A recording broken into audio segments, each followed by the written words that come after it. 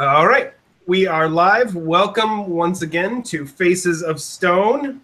There they are, Albert. Faces of Stone. I'm Marc-Anthony Macon, and we're talking about episode 16, part 16. 316. And welcome back to Faces of Stone, Amanda Sisk, who missed our last session on account of illness. And we missed her. Thank you, Noah. For all the public out there who said, boy, it was a little rough getting through a Siskless episode. It was rough. It was rough from both ends, but I'm sure for the public, not having Sisk there, no. Since I'm back, I want to, put all the attention on myself right at the very beginning. And actually start on a serious note, and then we can get right into our things and our thoughts. But first, I wanted to say that on behalf of our friends in Texas, we would like to say that you can always donate to the redcross.org, or you can text 9099 Harvey to 90999. The minimum $10 donation. They also have a posting where you can volunteer, so that's a good resource. If you would rather, Austin Pets Alive and Animal Rescue of New Orleans are both dedicating all their services to the pets of Texas. They need also water for their volunteers. Let's not forget the volunteers. Finally, South Texas Blood and Tissue Center has a list of all of the blood banks that have less than 1 day supply left. And then if you've given to all these and you've been able to take care of the individual and you want to make a greater gift, you might want to consider donating to organizations fighting to keep us safe from the effects of man-made climate change. Now, that's all I'm going to say about that. And anyone who is watching or who has loved ones affected by Harvey, we're thinking about you. Okay. Well, I don't know. Should we even bother, guys, this week? It was a dull episode. Yeah. Not much happened. Nothing really came to fruition. We're pretty much back where we were last week. Yeah, so we'll see you next week, folks. I only jumped up from the couch 4 times this week and stood up going. Oh, but fair warning, we're about to talk about part 16, so if you haven't seen that far, you may want to stop watching. Spoilers. You definitely want to stop watching. Spoilers to ensue. So, okay, quick thing. The Rancho Rosa logo had a little green flashing center this time.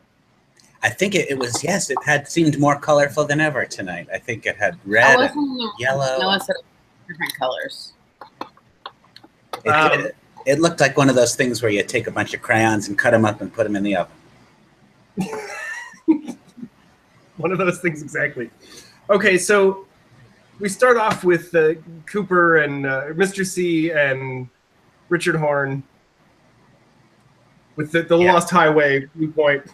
Yeah, highway hypnosis footage. Do you automatically say Lost Highway as soon as you see that?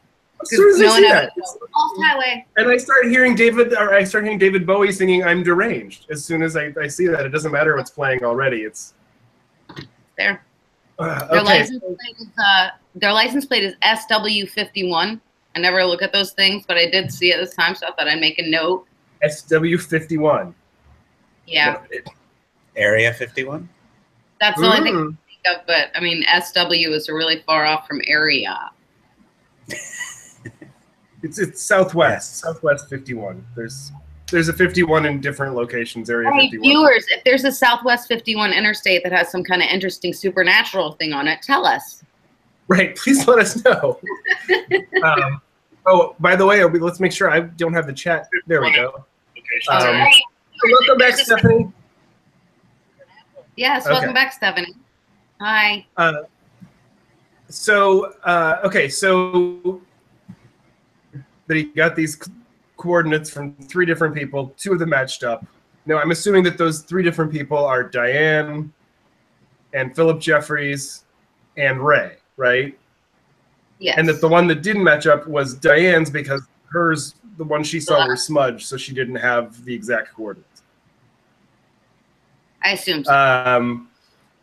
Right. He's treating And Jerry Horn is watching all of this, by the way, through binoculars, but looking through the wrong end. I'm glad. I'm so glad, because when he stumbled up, I wrote down, I do not want them to kill Woody Harrelson. Because I really didn't want him to stumble into the middle of it. And so I was so glad he couldn't handle the binoculars, because he thought they were much further away. Also, Coop was being such, like, I kept wondering, like, why is he acting like such a, and it kept saying dad in my head, and I was like, you're making that up because you know the dad would be, he's just acting like a lame dad. And when he was like, you're a very bright young man, Richard. And I was like, that doesn't mean he's very bright. It means he has a modicum of logic. Like, yes. But there has been... if two things match up and one thing doesn't, which one do you pick? He's not that smart. That's the Sesame Street test. But there has been a thing throughout this season where whenever we're following evil Coop by himself, you sort of start to root for him, because in the absence of a protagonist, like during the arm wrestling cult scene, you know, evil Coop was like the little guy against the big guy, and I was rooting for him. And I kind of felt that way at the beginning of this episode too, and especially the way he was framed with the light from the truck behind him. He looked, you know, he did look like a father figure, and I think that was kind of, I think that's part of the package. You know, get in the truck. We're going to talk on the way. Kind of, it's very father. They don't talk on the way. I mean, like everything he says, you can see the other side, and also, Mr. C is a total control freak, so he never would have let somebody else go up there. He's a horrible boss.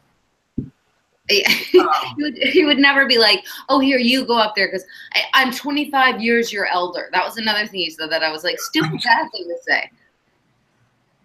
Who fucking cares, man? Climb the rock. And Richard just totally buys this. Like, he's like, oh, okay, you're 25 years my elder. It's true. You're my senior. And at this point, I think coming Richard out of the... knows he's dad. So Jason McMahon says, do you think he killed his son on purpose, or did he send him ahead to see what happened? I think it's kind of both. Yeah, it's a little bit of both. I think that he wasn't sure if it was safe, and so he was using Richard as a canary. Yeah, and it's pretty cold, because we don't know if Richard knows that Evil Coop is his father, but we now know that Evil Coop definitely does know. So he is actually using his son as like a test to see if you die when you get up on top of this rock. Why don't you go first? The way that Evil Cooper has been calculating this whole time, it's possible that he, this was an advanced plan. Better create some offspring to use later that can possibly get electrocuted into cinders on a rock. Why does he have to create offspring if he can create manufactured human beings? Well, it's just another avenue. And he only has one seed. Yeah, I mean, Richard is a product of one of his crimes. And I wonder if Linda might turn out to be the result of his raping Diane. So I'm 25. Okay, so he walks. I said, why is he talking like a straight-laced asshole?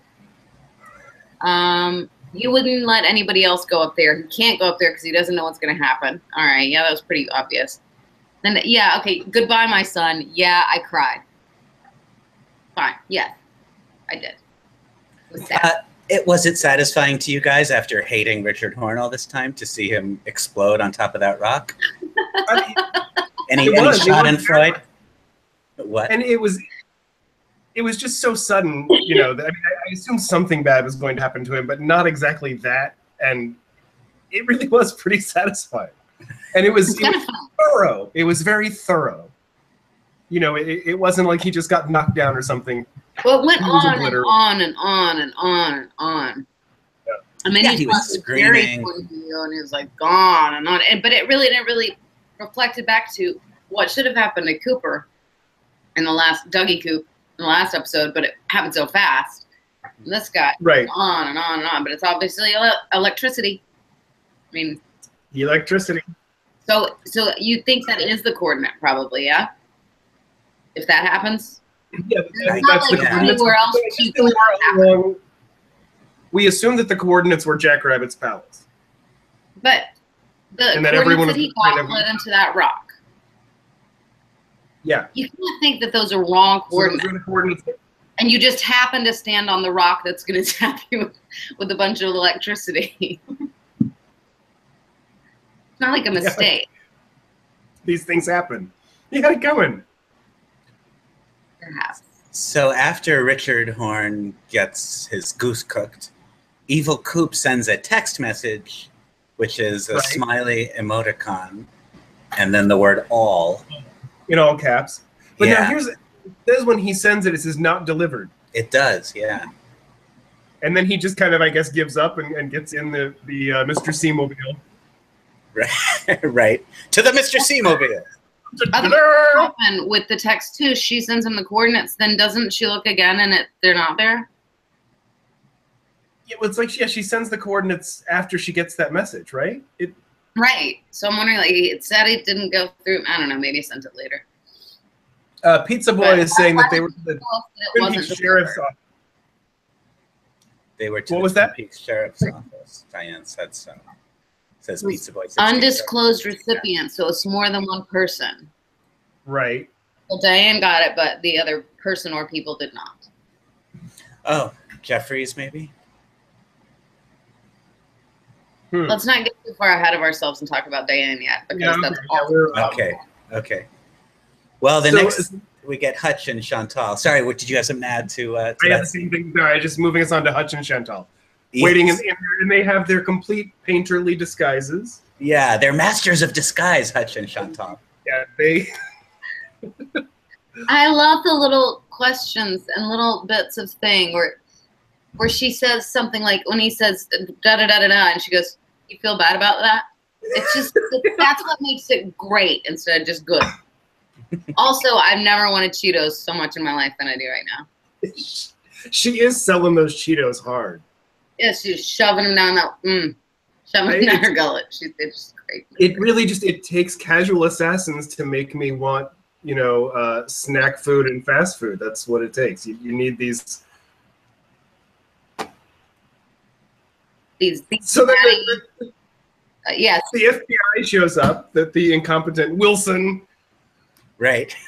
I start jumping up and down and screaming federal agents, because I see people in suits until Noah reminds me there are incompetent ones.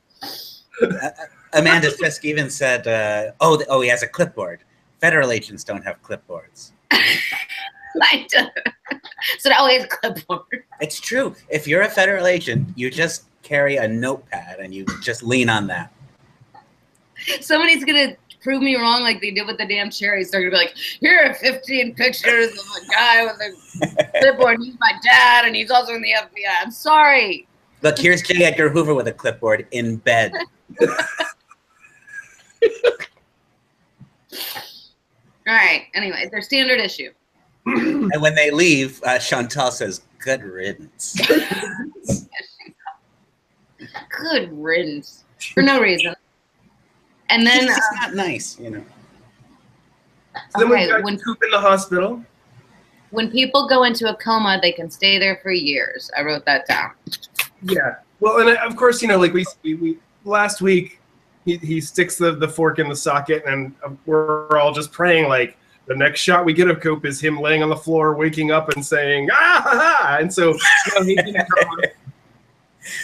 Yeah, he now it seems it seems that it was the mention of the name Gordon Cole in Sunset Boulevard on television that somehow snapped him into the realization that he had to stick a fork in a light socket in an electrical outlet.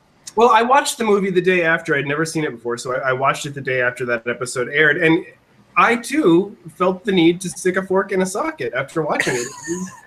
Oh, you watched something about that film. Fire Walk with Me. I was like, that's not true. Sorry. Anyway, so Bushnell shows up. Bushnell shows up, and then the Mitchums and the girls show up with flowers. Just kind of rallying around Dougie here. And coma. And Sonny Jim is asking about electricity. Yes. Also, like, who could not love that flower arrangement that the Mitchums brought? This mammoth thing.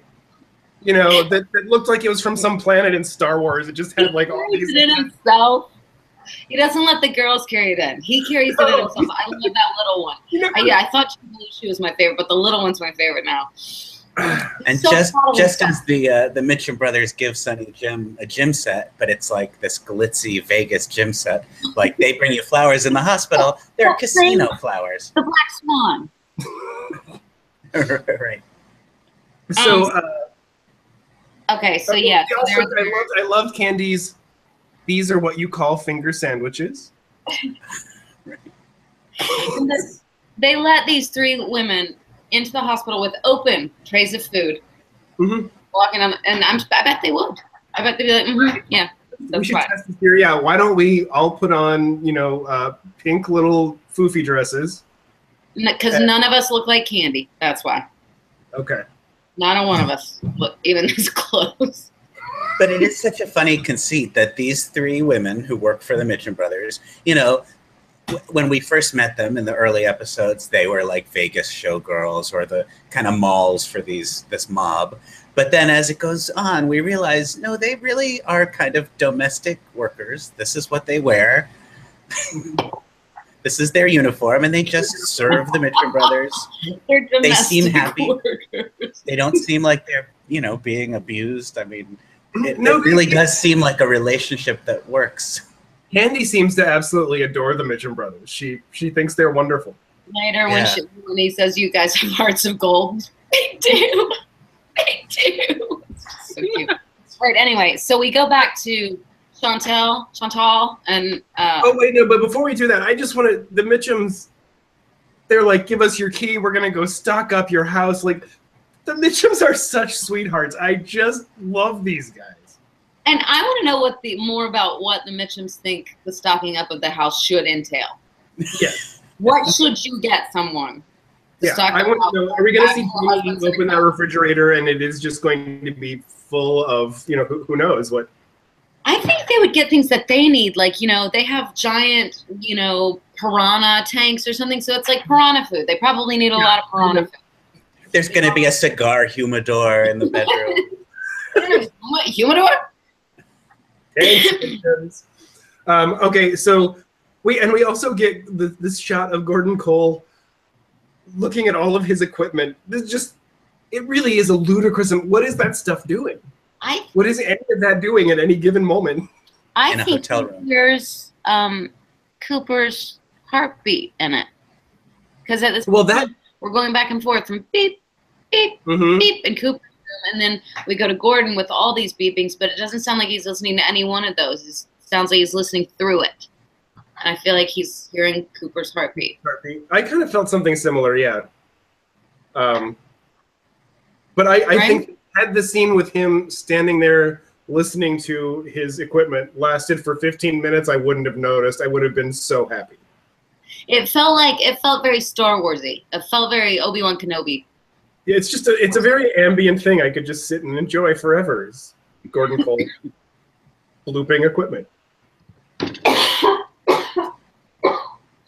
And we go back and forth a little bit, cutting between the hospital and the FBI hotel room.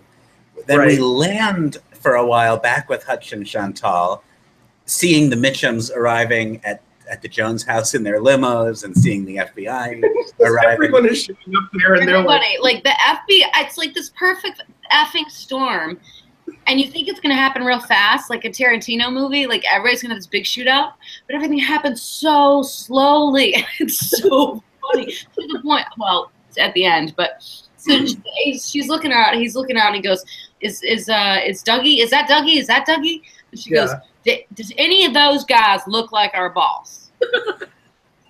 So she knows, he's explaining. And also, it's great that, that just lets us know that at some point there was a conversation, where Mr. C said, "I want you to shoot someone who looks exactly like me. No, don't ask me any questions. Just kill this guy." They know he looks exactly like him. Yeah. Or maybe they know he said he looks like me, and they would be surprised at how much. But they do know.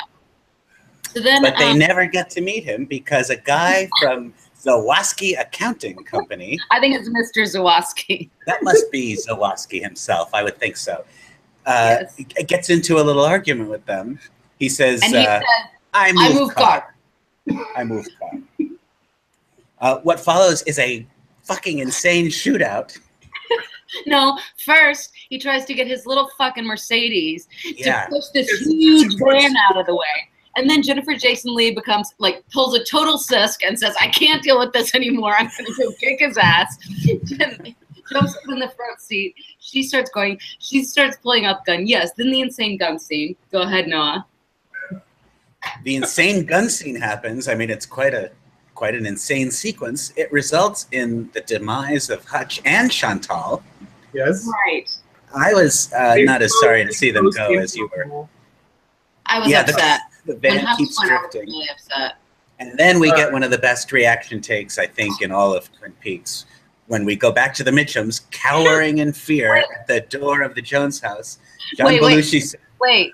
Before that, the van rolls down the street at about 2 miles an hour. Yes. So finally, it rolls up on the curb and hits a telephone pole. And the FBI agents are kind of like, what are we supposed to do in this situation?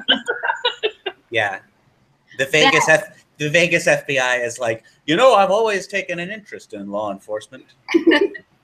And so then you cut to the best reaction shot in Twin Peaks. Belushi, what the fuck kind of neighborhood is this? Nepper, people are under a lot of stress, Bradley.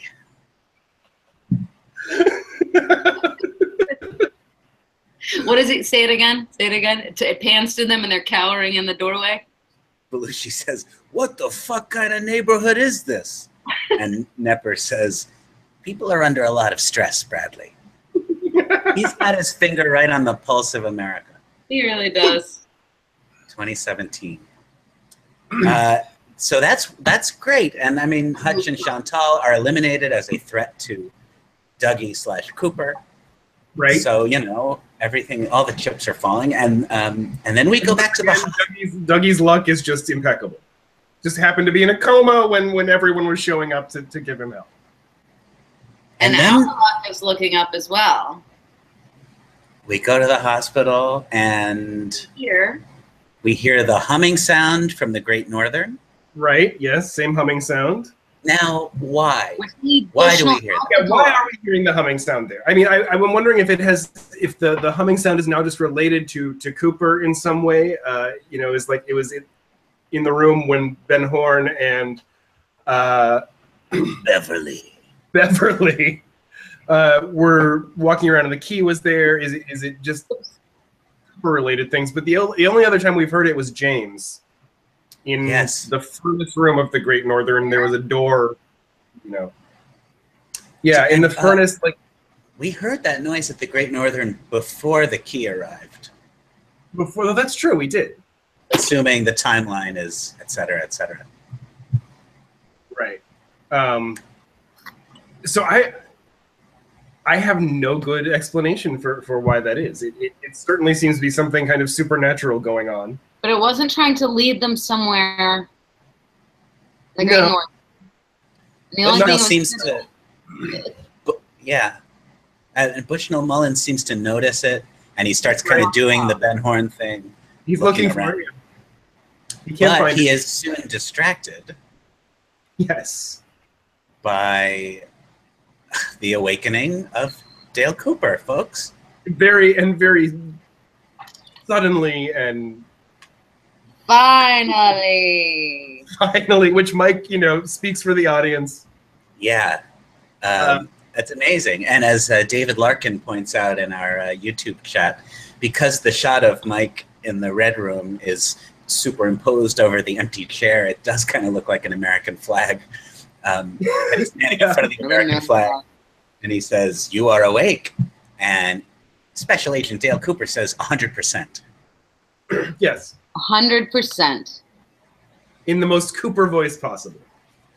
Also, Mike gives him the ring. Yeah, Mike gives him the ring. He says, "Do you have the seed?" Which is the little gold thing. And Cooper takes something from his head and gives it to Mike. Yeah, so I think it's just a bit of his hair. Like, I guess he needs genetic material to use aforementioned seed to create a tulpa. And he says you got to make another one. Right. Which, when that happened, I first thought he was going to be using that as a decoy against Mr. C. Or as a replacement for Dougie. Well, that's so what at the end of the episode, that's what I think now, yeah. But we thought for a second that he had evil intentions. And this was like evil Coop who woke up and he was going to make another guy and it was just going to be awful. I'm still half bracing for a heartbreaking development like that. I don't quite think it's going to be that, but I think we must at least acknowledge the possibility that this is really evil Coop. Yeah. Everybody. I mean, it might. Coop is not evil Coop. I mean, like there's no such thing as evil Coop, you know? Yeah. Coop is Coop. There's Coop, and then there's a doppelganger, and then there are these seeds. But it is wonderful. The Twin Peaks theme plays for, I think, the first time it's played in the context of an episode, other than the opening titles. He asks for a plane to Spokane, Washington. Right. He says, I have a feeling Gordon Cole will call, and he tells Bushnell, I want you to read him this message. He says, you're a fine man, Bushnell Mullins. And yes. He's on his way out, and he's asked, what about the FBI? And he looks right into the camera, and he says, I am the FBI. Beautiful. I am the FBI. And I think I did break into a He remembers everything. He knows everything about them. He knows it all. So, I mean, it appears that the whole time that he was, you know, somewhat of a catatonic man baby, he was still taking in all that information and processing it, what it meant in context and in relation to who he was and what was happening. It was, I mean, if you want to be very see and say about it, you know, you can say he was in a coma and he awoke after awaking from his literal coma, you know. That's exactly, you know, I mean, it's English literature 101. Have you ever read Joseph Campbell? Yes, I've read Joseph Campbell. Because if you haven't, you couldn't possibly understand any films. I am Joseph. But I wonder, though, if there is at least the possibility that, you know, Coop, maybe he wasn't fully conscious during the Dougie period, but maybe he knew in advance. Maybe the Dougie period was part of a plan from the beginning. Perhaps in collaboration with Philip Jeffries, maybe. He knew that he was going to occupy this vessel who was going to be safely stowed with Diane's half-sister in Las Vegas. He knows who the Mitchum brothers are. I mean, maybe it was all a plan that he knew about in advance. Well, so actually, this brings up a good question. Is that I think we've been assuming fairly, I mean, from the start, pretty much, that Dougie Jones was manufactured by Mr. C. Yes. As a decoy to avoid the Black Lodge. Mm-hmm. This reframe that in the sense that, you know, maybe somehow Cooper made that decoy to set himself up to get out. All day, I mean, well, like, not just all day. For a long time, I would keep talking to Noah and saying that I'm just too lazy to come up with a theory. You know, that nobody could poke holes in because I just don't feel like going that far with it. But I feel like it is Coop, and he made Dougie so that he could stay in the world. And as the world's gone on, this incorruptible hero has become corruptible, and he's no longer with the FBI, so he's powerful on the underside. Well, and that's what I'm afraid of. Lost my train of thought. It seems like I lost my train of thought. It's kind of connected to this idea. I'm not advancing this theory, but we've been kicking it around that, you know, Cooper's doppelganger goes back much further than we think, you know, and that even it's connected to another theory that has been going around that in Fire Walk with Me, when Philip Jeffries shows up in the FBI office, he's there to warn Gordon Cole about the doppelganger, but he shows up too early, and that's why he's alarmed by the date. So not those two theories, only one of them can be true. Or maybe neither one could be true. Maybe none of it's true. Any Marx Brothers fans in the house? Maybe there was no painting. I saw it. But I mean, it's all, in a Monica Bellucci dream anyway. So, but I mean, it does seem that when Cooper asks, who is the dreamer? When Cooper asks Spike to make another one, it seems like, I guess, at least during his time in the lodge, Cooper got an understanding for how you work things in that world. I mean, like, okay, so it's not like if you're in the lodge, you're awake and you understand, and if you're outside of the lodge, suddenly you'll awake and you understand, you act like this. Like, he's just suddenly aware of everything, and now he's talking to everybody the same way, and that's what bothers me a little bit. It's not that it would seem that the slow backwardsness is what he's trying to get out of, because that works in the lodge. Right. But now he's not talking to Mike like that at all. I don't know. What does this mean? It seemed like he couldn't understand Mike before. Yeah, okay, that's an interesting point. Why, when he's all alone and Mike appears to him, if it's all an act, why would he continue it? Mm-hmm. He's not fooling Mike, you know. Yeah. And Mike's saying, "You can see me, can't you? You can see me. I know you can. You can see me." Yeah.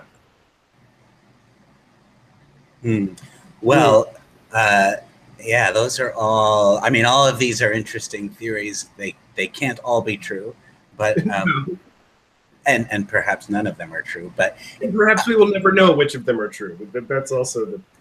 Yeah, and I think with 2 episodes left, we've got to just deal with the fact that I think there will be some resolution to our main storyline, but an awful lot of our questions are going to remain questions. Yes. Something that's going to be answered. So when Diane gets this, when Diane gets this text, she just loses it. 4:32, she gets the text. 4:32 p.m. It was sent at 4:31. The theme music is still playing, and we discover her at the bar. It's very, and she gets that text. Smiley face all. She freaks the fuck out. She says, "Oh, Coop, I remember." Yeah. She sends him a bunch of numbers. He didn't remember everything. Yeah. I hope this works. Seems to be the same numbers that came out of the Philip Jeffries tea kettle in the previous episode. But so I'm confused there. It seems that he just got to where the coordinates were. Why is she sending these coordinates now? Maybe he wants to check hers now. Oh. The first 2 matched, and the third didn't match because it had smudged last 2 numbers. So she wants to check that one now. He doesn't already have those numbers? He would. I don't know why. I don't know why. He already. What's he want to do? Take somebody else? But I mean, I guess if her coordinates are to the Twin Peaks Sheriff's Station, because she did say that was said, so. Well, the coordinates that she got from the photograph of Ruth Davenport's arm, she already Googled those coordinates, and it did lead to Twin Peaks. Lead to Twin Peaks, right. Hilarious. Then she walks down the hall. We see that she has a gun in her purse. Oh, but so after she sends the things, I want to say this again, she says, "I hope this works." Yeah, right. Did you guys just say that? Sorry. Then we hear the music that we heard in the very first episode when we met Evil. When we met Mr. C, this was the same music that was playing. Yeah, it's like a slowed down punk thing. And it was really very ominous. You know, the first time it was interesting wasn't that. Do we have the? Getting feedback all of a sudden. Are you guys getting? Yeah, I think there's an echo in the room. Yes. Hello? I can't hear Marc-Anthony anymore. You can't hear me at all? I can hear you. Now I can. Okay. But the echo's back. The echo's back. The echo's back. It's not with me. Hey, viewers, do you hear an echo? Is there an echo? All right. It was we apologize for that. She hovers outside the door for a while. Gordon Cole says, "Come in, Diane." Yes. Even though she hasn't, no knock, no doorbell. She's out there, right? She tells the story of Cooper visiting her, which was much as we imagined it would be. First, it's a reunion, and she's glad to see him. It's been a couple of years, and then he turns evil and rapes her. Right. He wants to know everything about the FBI. And so this was 3 years after, essentially after the end of the Twin Peaks original series, he shows up. So she hadn't heard from him that whole time.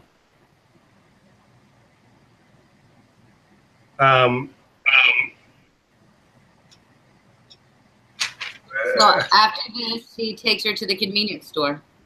Right. Right, an old gas station is what she calls it. So there clearly is, I guess, correct? Or a doppelganger. She's a tulpa. She starts saying, "I'm not me, I'm not me." She seems to be controlled by something else. She's being inhabited, perhaps Bob style, by Evil Cooper or something. She seems to be about to shoot, and Albert shoots her. Warning them. I mean, feel like when she says, "I'm not me," she's kind of like letting them know I'm about to do something I don't want to do. Right. And I think this resolves our questions. Diane herself is not evil. Right, yeah, at least not the original Diane. This may be some sort of, copy that was being manipulated in some way, but Diane herself, Cooper's original secretary, was probably a decent person. I have after this that it said someone manufactured you. Yeah, Diane pops up in the red room after she flies away. She's in the red room, wearing red shoes, and Mike says, just as he said to Dougie, the real Dougie, he says, "Someone manufactured you." Diane says, "I know, fuck you." Of course she does. Then her head turns into black fire. This is exactly what happened to the real Dougie in the red room. And Mike has to shield his eyes when there's a flash, and it's not exactly the same though, because you're right. There was this weird bulbous floating egg head thing that expunged part of itself before exploding. Yeah, and she didn't melt like Dougie.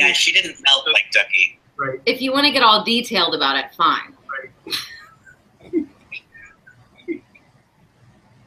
Right.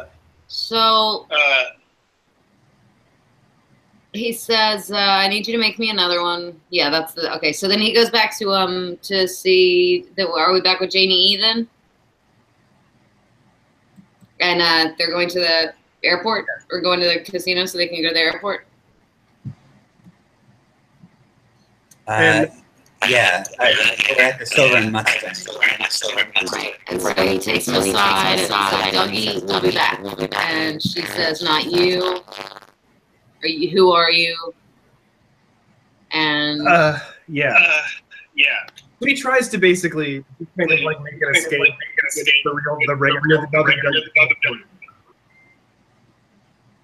Wait, you're breaking up on me. Yeah, apologies to the folks at home. We're really having some audio issues here. I'm not. I can tell Noah is by his face. And Noah, somebody said that there was an echo on you earlier. Yeah, I don't know what to do about it. I mean, I'm wearing headphones, and the microphone is. I mean, I don't know how much, how interesting this under the hood stuff is. I'll put on headphones too. See if it helps. So, what was the last point that you made, Marc-Anthony? I don't remember. Well, we're at the Silver Mustang, right? Right. Cooper, I'm going to call him Cooper now, arrives with Janie E. and Sonny Jim to meet the Mitchums. Yes. He's told that their plane is ready, and he tells them, "I have to go away for a while." There's an emotional scene. He seems to fully understand what this sacrifice has been for them, and he says, "You'll see me soon. I'll walk back in that red door." And Janie E. gives him a goodbye kiss, and she says, "Whoever you are, thank you." And I thought that's a kind of that sort of is a good response in general to this show. Whoever you are, thank you. Thank you.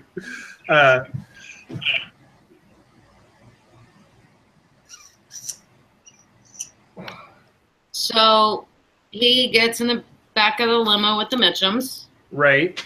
And basically, you know, I mean, I would really have loved to have seen him spilling it all to them, but I'm glad we didn't. It was nice to have the Mitchums just... watching this show. We've been watching the show for many, many hours now, and he just gets in the car and, like, spills all this shit to the Mitchums. Yep. They do have hearts of gold, Amanda. He knows the Mitchums can be trusted. I mean, he knows that they're part of this plan somehow. Right. And it's also kind of, after all these episodes of waiting for him to wake up or waiting to see what's going to happen, it's like he hasn't missed a beat. He's just instantly in total control. He's Dale Cooper. He's running this plan. He's telling people what to do. He's charming everybody's pants off, you know. It's great. It's like, hey, this guy hasn't missed a beat after 25 years and 15 episodes. Yes. I have to reiterate again now how much I love Candy. With, you know, these guys have hearts of gold, and she just keeps saying they do. They really do. It's just the cutest thing ever. Candy is one of the best things in this season. I really just love her. They have they've given him a glass mug that he's drinking coffee out of. Yes. And then the next thing I want to say is that I think that I can officially spot Moby and Eddie Vedder faster than anybody else in the world. Because when Moby was on, I was there, and you were on that. You were on that like a harpoon. He just had to breathe, and I was like, "Oh, Eddie Vedder." I'm just glad he wasn't introduced as the Roadhouse is proud to present the Eddie Vedder. The Pearl Eddie. Eddie. Turn up the volume. It didn't happen. Yeah, they didn't have their Office Depot science fair board to turn up the volume. Their little foam core applause board. So while we're at the Roadhouse, suddenly who should walk in? Audrey and Charlie. Yeah. Not wearing coats. Because she can't put her coat on. She can't open the door from last episode we found out. There are things she cannot do. And so she's there. And but the pine cone was there. I know the Roadhouse does not seem like a coat check kind of a place. And then they say it's time for Audrey's dance. They start playing the music, at which point Noah Diamond goes, "Really?" That was so surprising. As she dances, she starts looking more and more like Audrey, which I think has been happening the entire time, every time she's on camera. She looks more like Audrey every time? I'm just saying this out loud, having not seen it again, having only seen it once, but I'm thinking, yes, I think every time she's been on camera, she looks more like Audrey. Because I think last episode, she looked more like Audrey than she did the first episode when she was just really, really haggard. And I think... I see what you're saying. I think she's having post-reconstructive surgery. It's reconstructive surgery for after the bomb. Okay. Over in our YouTube chat... 25 years. Over in our YouTube chat, our friend Stephanie Schenkel is reminding us that Audrey Will Dance was actually a prediction that I made several episodes ago. It happened way later than I thought. I think I predicted it after the episode when we first saw her. But that's true. Thank you for remembering that, Stephanie Schenkel. Yeah, Audrey danced. And although it was the most blatant reprise of her most famous bit, I was pretty happy that it happened because it seemed to at least honor the character that we knew and give her something to do other than yell at this bizarre little man, Charlie. It was a great spotlight moment, oddly nostalgic, for Sherilyn Fenn and Audrey Horne. No, I definitely agree with that. I mean, it did seem a little forced, but in a way that was entertaining, and especially considering that, when that scene starts, you think, oh, well, clearly Audrey is in the real world. Here she is walking into the roadhouse, where everyone else has been. And then that happens, and you say, oh, I guess not. I guess we are still in kind of Audrey limbo.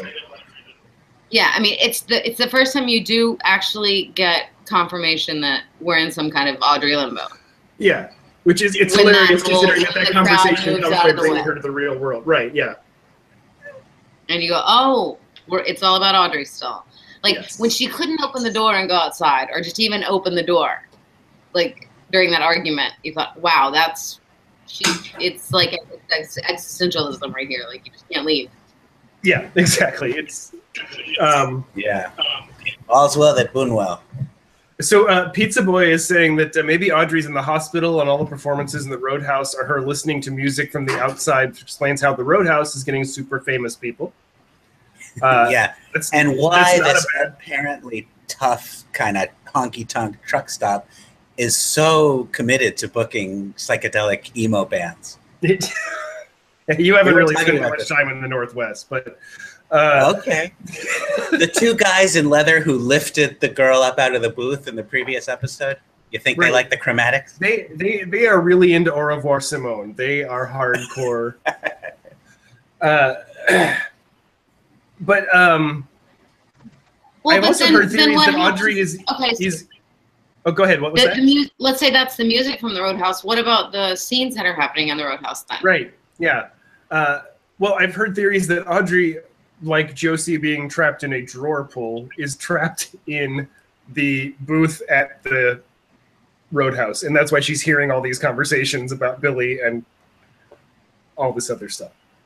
So then what about at the end when she pops up and she's obviously just come out of surgery or something? Right, yeah, no. I mean, I think that this obliterates those theories, or at least would alter them somewhat. But yeah, she's looking in a mirror. It does seem to be some kind of surgery, or at least some kind of clinical situation.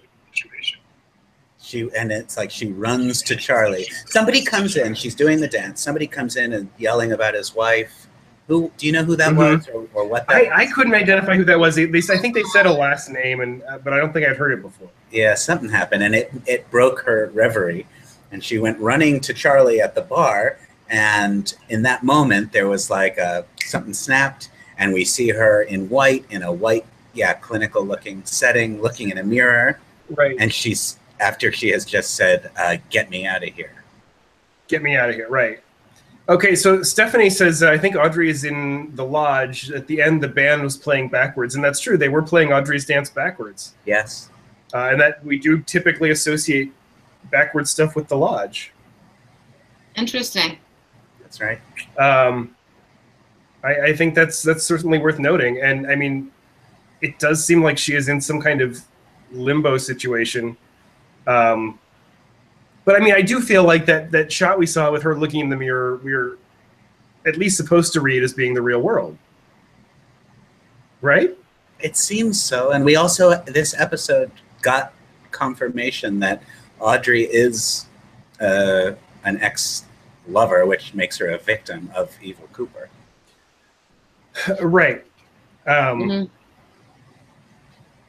So, I mean, it seems that basically what everyone had been theorizing about where Richard came from is basically the case. It seems that he went into the emergency room and raped her while she was in a coma.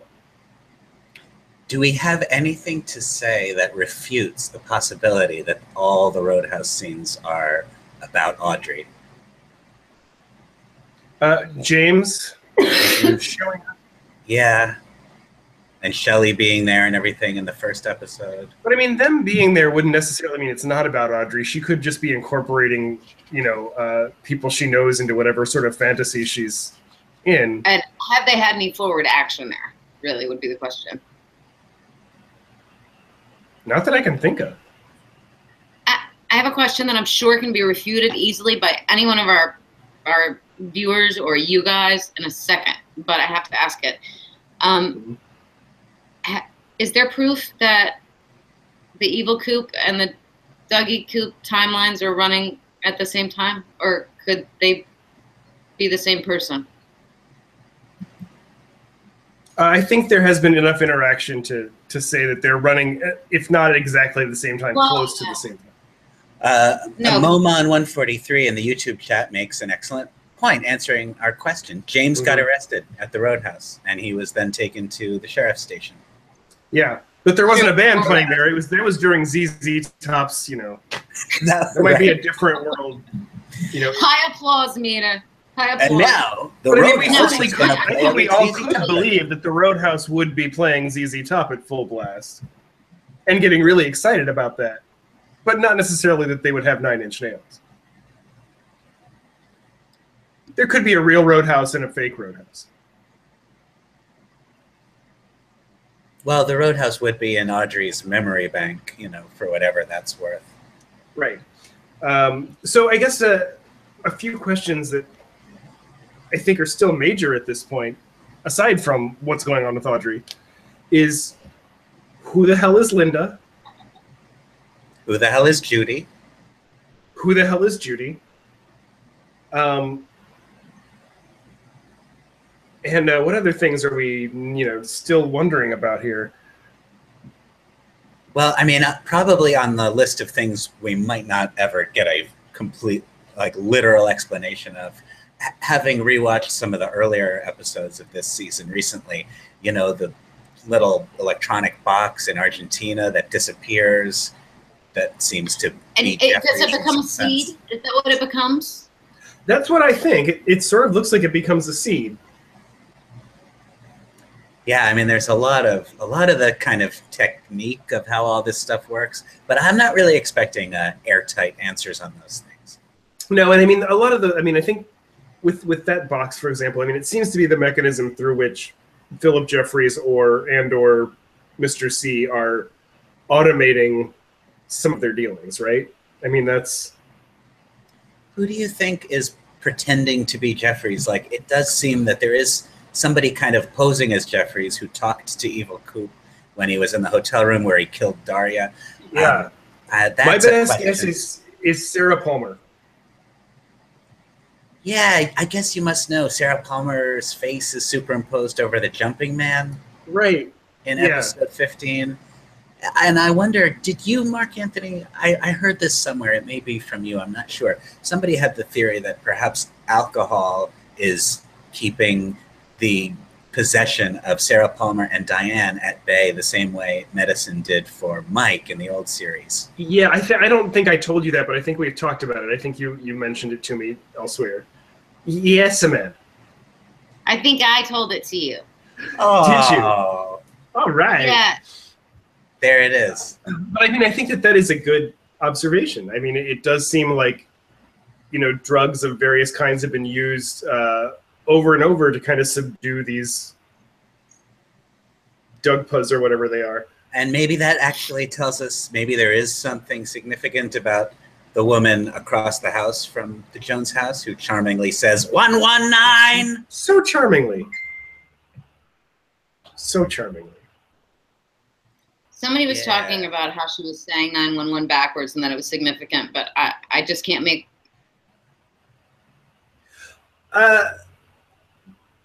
Could you repeat that, Amanda? You blinked out. Somebody was saying that because she was saying 119, it was backwards, and therefore it was significant. I can't seem to make that moment significant. To me, it was just about a drugged out woman saying 119, but I could be convinced. Well, not that this really makes it all that significant, but apparently in the French version, it's 112 instead of 119, and 211 is their emergency number there. That's what I've read. I haven't fact checked any of that. It's just what I've read. So I mean, it does seem like it's possibly intentional. What it actually means or how potent that meaning is, I have no comment on. It also just is true. I mean, Amanda and I have been rewatching some of I think we've gotten through the first 5 episodes of this season, kind of revisiting them on our way to the finale. And I know you've been doing that too, Marc-Anthony. And one thing I notice is the early episodes are rather full of little bits that we wondered about and analyzed that did not turn out to be anything. No, you know? At least not yet. I mean, I suppose that, it could turn out that in the final moments, the 119 woman shows up and is this brilliant and crucial role. Maybe she will, but not every misdirect. So, like, you remember when the cops are investigating Ruth Davenport's apartment building and all that business of trying to get the key to her apartment and find the maintenance guy and his brother, and we spend all the time with the guy on the phone saying, like, no, he's got a satchel full of stuff. I mean, we were waiting for that to mean something, and we just forgot about it. We did, and I doubt it's going to come back. Yeah, I doubt we're going to see Hank's ultimate fate. In the YouTube chat, Jason McMahon asks, "What happened to the little girl and the creature that crawled into her mouth?" It's a very good point. I think that might be very well maybe Sarah Palmer. I think that's what most people think. Yeah, it seems to be the prevailing theory, and it would fit. It could also be Judy. It could be, what was her name? Lois Duffy. Yeah. It could be any number of people. I do have a confession to make. Yes. I have watched that episode several times. And I have not once watched that thing go into that little girl's mouth. Oh, okay. I close my eyes and I make Noah tell me when I can start watching again. So Noah's tricked you then. It show. doesn't actually crawl into her mouth. He's just telling you that to make you feel squeamish. So you should watch next time. I got the entire internet really to play along with this because little it's game. hilarious. It becomes a unicorn. No, I it's the one thing in this entire series I knew I could not handle. And when it started to happen, I said, nope. And I stood up and just walked out of the room. I said, tell me when to come back. I'm not doing it. See, to me, that's one of those things that's not really scary because giant bugs don't crawl into our mouths when we're sleeping. No, just I hate you so. No, I mean, I'm saying it's not going to happen. Like, a guy sticking a fork in the electrical outlet, that bothers me because that's a real thing that can happen. Do you know how But many it's not so much a bugs real thing that can happen to because you. they're asleep? Look it up. Use the Google. Oh, God. Anyway. So the other weird thing that I just think, like, we're still missing a page of Laura's diary. Hawk pointed out that they found these 3 pages. There's still a piece missing. I don't know if we're going to get that other page at some point. I don't really see that as likely at this point, but it could be. How's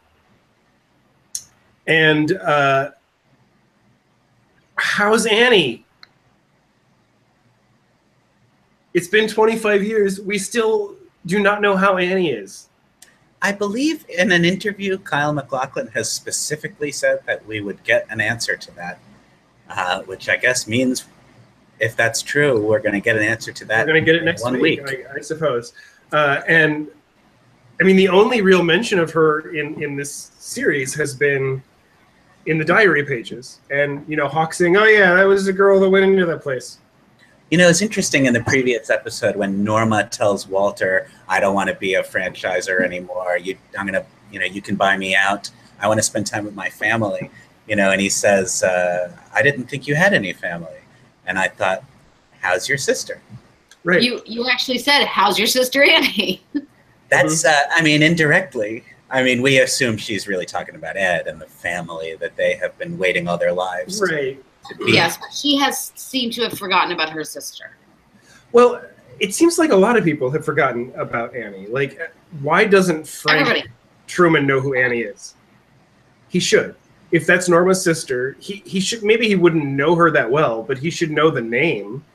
He should know who Annie Blackburn is. Yeah. And also in a place like this, it would be like she would be known as well as like Laura Palmer. Like her story would be told as well. It's this amazing thing that happened. Right. So the way everybody would know who Dale Cooper is. Everybody would know who Annie Blackburn is. Everybody would know who Wyatt Earp or whatever the hell his name is. Wyndham Earl, yeah, Wyatt Earp. Yeah, Wyndham Earl. Yeah, these would be household names. Everyone would talk about it all the time. And then, the stories would get distorted as generations went on. Yes, of course, as they do. You read Joseph Campbell? I am just. Since we stopped for a second, I do want to recognize that there is a part of the country that's going through a really hard time tonight and for the next couple days, and it's going to really suck. So for our people in Texas, if you'd like to donate, if you'd like to help out, redcross.org, always good time. Or you can text Harvey to 90999, $10 minimum. But they also have a place on their website where you can volunteer. So if you're near there, that's good. If you want to help out some animals, the Austin Pets Alive and Animal Rescue of New Orleans are both dedicating all of their services to animals in Texas right now. They need bottles of water for volunteers. So that's really interesting thing to think about is volunteer supplies as well. South Texas Blood and Tissue Center has a list on their website of centers that have fewer than 1 day supply of blood. So that's a good place to go donate. Finally, if you have anything else left or you just want to keep fighting the good fight, may I suggest that you donate to organizations fighting to keep us safe from the effects of man-made climate change. And please, I don't know, thoughts to Texas, even though that doesn't really help.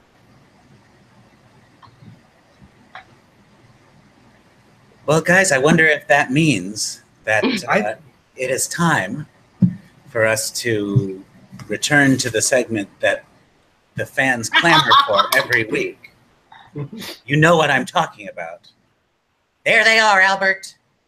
Feces of Stone. Our ever popular prediction segment where we tell you exactly what's going to happen next time on Twin Peaks. And you know what, guys? This is perhaps the last Feces of Stone, at least for our coverage of Twin Peaks: The Return, because next week the final 2 episodes air in a block. Right. So this is a big one. As always, we begin by reviewing last week's predictions. Last week, Amanda Sisk, as you know, did not join our broadcast on account of illness and vocal compromise. However, she did watch the episode. She was good enough to let me know what her prediction was for this week's, and it was that it would be even more irritating. I believe, having watched it with you, that you might have found this one less irritating. I was wrong. It was not irritating. It was not irritating. All right. So that was Sisk's prediction for last week. Mr. Marc-Anthony Macon predicted last week we were going to, that this week we would learn more what Diane has been up to. I think he got it, folks. We did indeed. Thank you. Thank you. We did a pretty good job of learning about Diane this week. Was stone. It was made of stone, that thesis. Solid. It was a thesis of stone. And I predicted last week that there would be a direct interaction between Gordon Cole and some form of Dale Cooper. I was wrong. Just wrong about that. You can't spin that. I was just mistaken. You're wrong. You're wrong. I hang my head in shame. So what's going to happen now? We're predicting now not only what is going to happen in episode 17, but what is going to happen in episode 18, and what is the conclusion to this piece of work. Yes. So take your time, guys. You may predict with all the complexity. Well, I think that Mr. C and Dale Cooper are going to sit down at Winky's from Mulholland Drive and have a root beer float.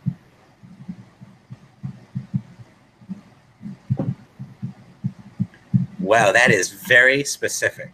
Yeah, but I have been analyzing everything that's been happening in every episode, reviewing the original show several times, reading all of the books, watching Fire Walk with Me repeatedly. It's clearly all pointing to Mr. C and Dale Cooper, Winky's root beer floats. You're a scientist.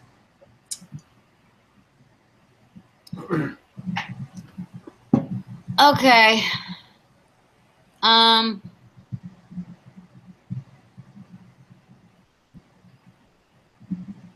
Coop, who used to be Dougie, is gonna end up with Audrey. He's gonna go back to the Great Northern and be with Audrey. I hate that. I don't know if I want that. That's it. That's it. Well, I wrote down my prediction before you said that. It was that Audrey and Cooper were going to wind up together. Oh my God, really?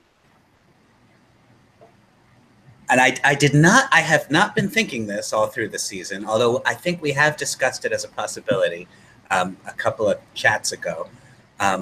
But I don't know. After this episode, I thought, I have a feeling maybe that's it. Audrey's character's got to be leading somewhere now. I actually wrote 2 predictions down, though. The second one is, I'm certainly not the only one to have predicted this, but at this point I feel able to commit to it, at least as a prediction, which is Laura Palmer lives at the end of this series. I think I'm agreeing with you on that, yeah. Now, how do you think that's going to pan out? I'll tell you exactly. I really don't know. I know that it is known, I think, that we're going to see more of Cheryl Lee. She must play a crucial role. Her character must play a crucial role in the thrilling conclusion to this thing.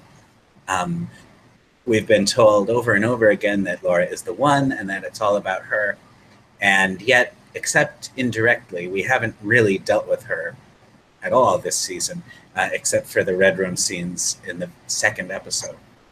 So putting all that together, it makes me think, okay, she's got to be an important part of the way this ends. I don't know exactly what that means in terms of screen time, but in terms of story, it's got to be something big. And at this point, other than a reversal of the original premise of Twin Peaks, which is that Laura Palmer is dead. It's dead. It seems like we have to be building to something that big. Yeah.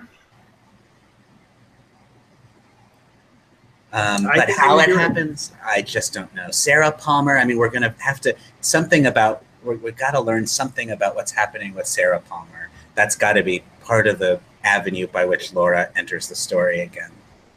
And Dale Cooper, now with great purpose, is heading toward Twin Peaks for some reason. He's got to be there. Should we talk about the Insurance Man theory that we may as well? Yeah, Entertainment Weekly blog has. Is that where that's originally from? I believe so.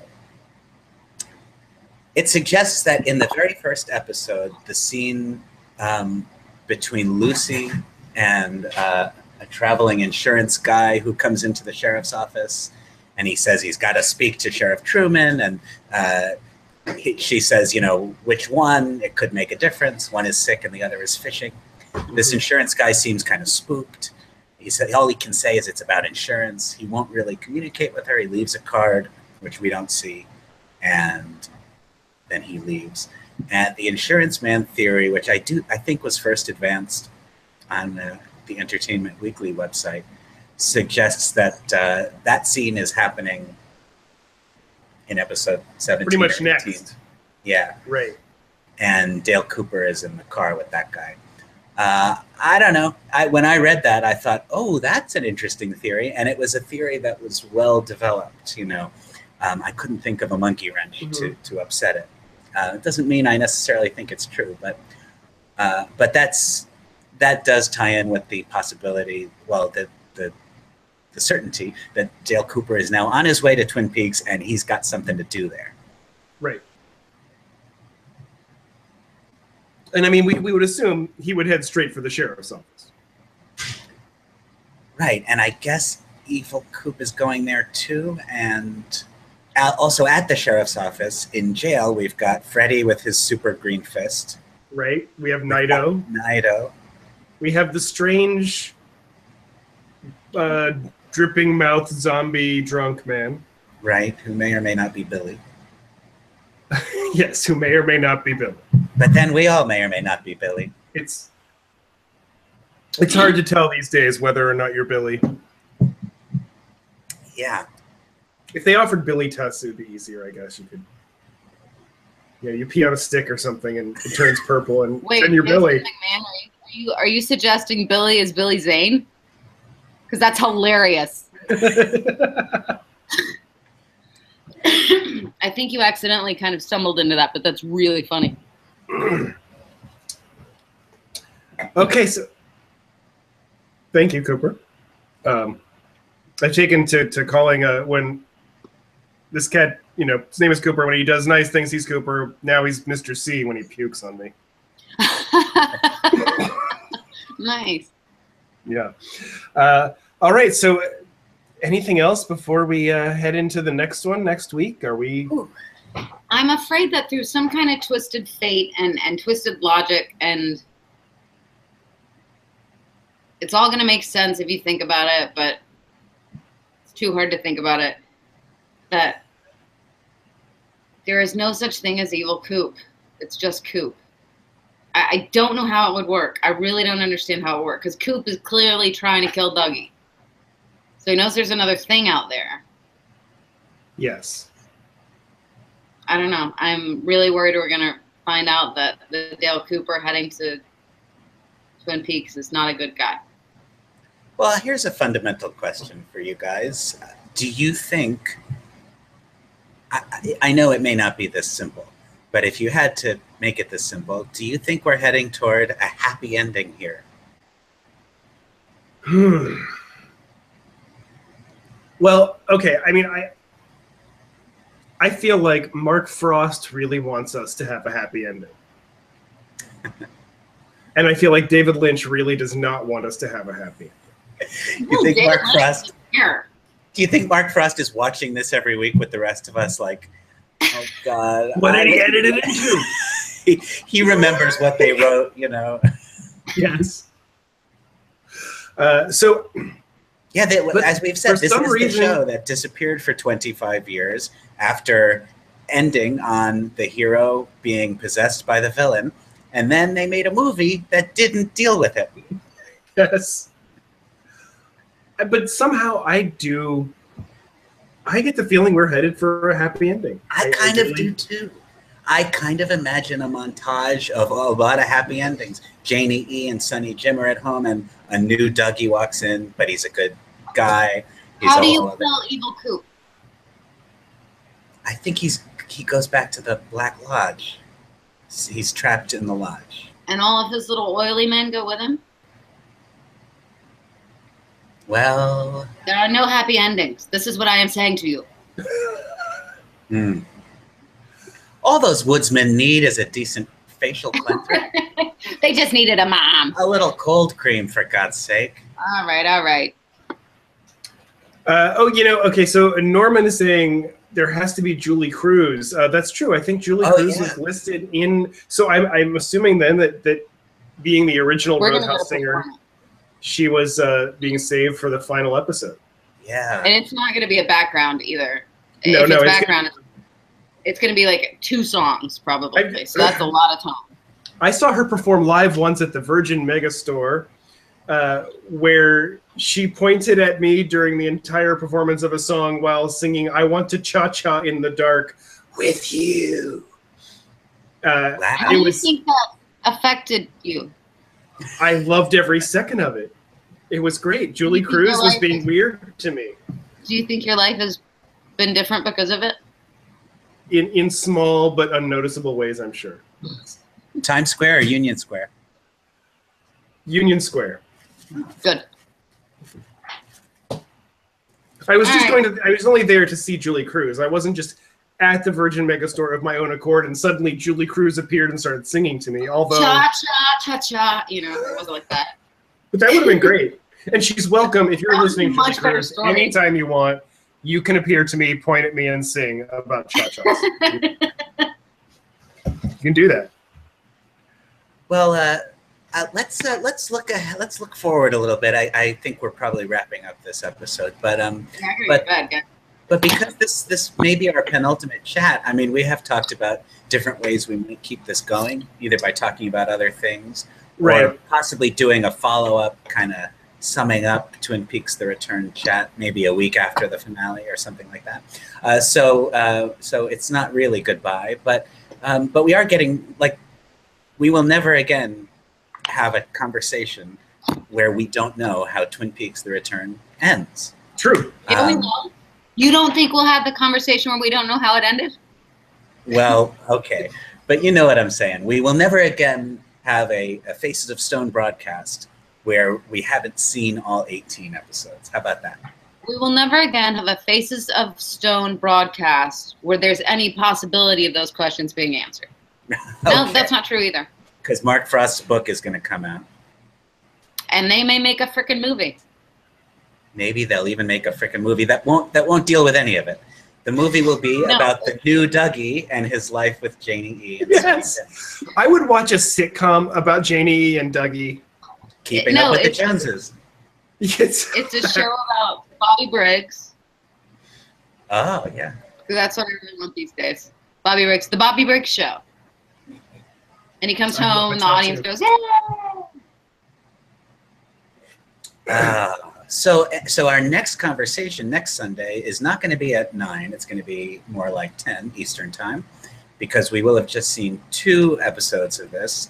Our minds will probably be most blown indeed. Also, for those who may not know, Showtime is doing a marathon that day, showing the entire season leading up to the last 2 episodes. So it'll be the first opportunity ever to watch this so-called 18-hour movie all in one ridiculous sitting.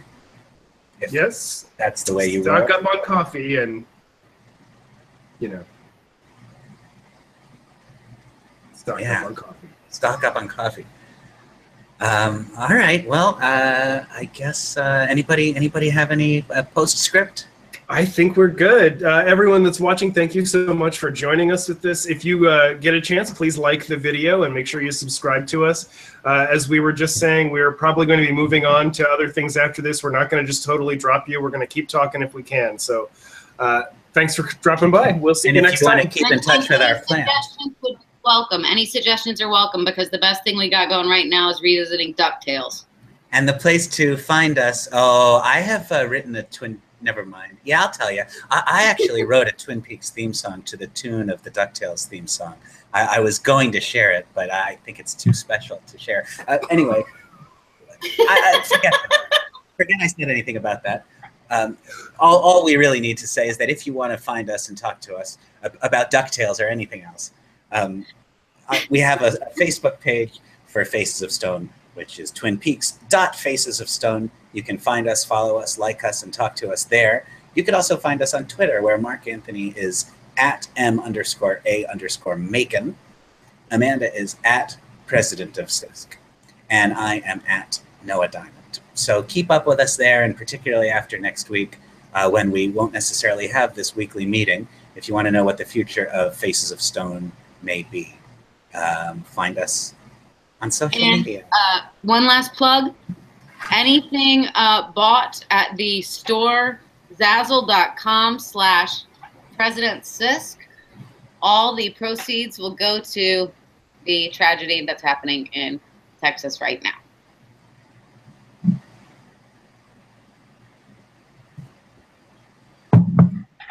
Well, that's all for another exciting installment of Faces of Stone. Faces Good night, of everybody. Stone.